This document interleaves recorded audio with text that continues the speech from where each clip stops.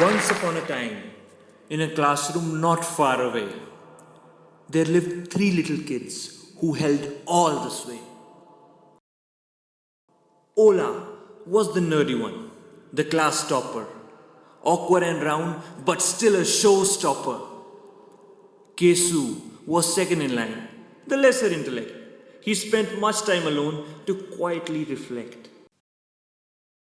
As for Iman, oh, he was the devious and jealous one, wily like a fox with a wit that could stun. The glue that bound them all together was their teacher. He held fort in front of the class like a preacher. All three kids vied for their teacher's attention, and none of them could shun classroom competition. Ola's house was a quiet little one in the suburbs, but she hardly played outside due to parental curbs.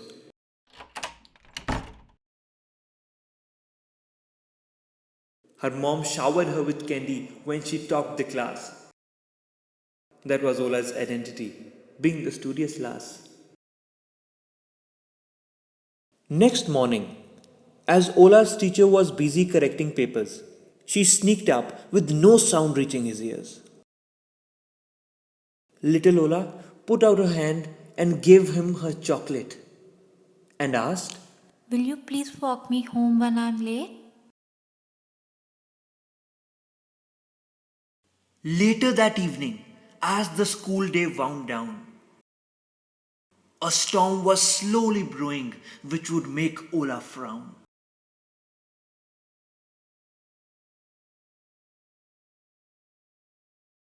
As she sat and waited on a bench outside her school, she saw Kesu with the teacher and felt like a fool. In her favorite teacher's arm, Kesu was heading home. Ola felt left out like a sad little gnome. There was ample outrage on Ola's face, and from behind a bush, Iman caught it with his evil gaze. Iman latched on to the chance to create a rift, for being devious was his very gift. He told Ola that she had fallen from grace, that the teacher spoke ill of her behind her face. Her childish affection was put to test, and Iman's whispers did the rest. With an evil seed planted inside her head, Ola started seeing things in two ways instead. She did notice Kesu chewing candy earlier in the day.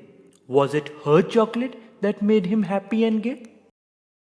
In a fit of anger, she stormed into the school canteen and thus unfolded a scene never before seen.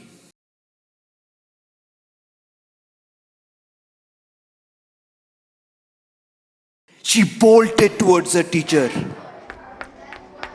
busy with his lunch, and swiped a ketchup bottle in one quick lunge. Ola's aim was near perfect. The ketchup did the rest. Red splashes all over the teacher's chest. But as her teacher in surprise shook, out popped the chocolate he had took. Everyone was aghast and room filled with gasps. It was Ola's turn to be taken aback, her breath in rasps.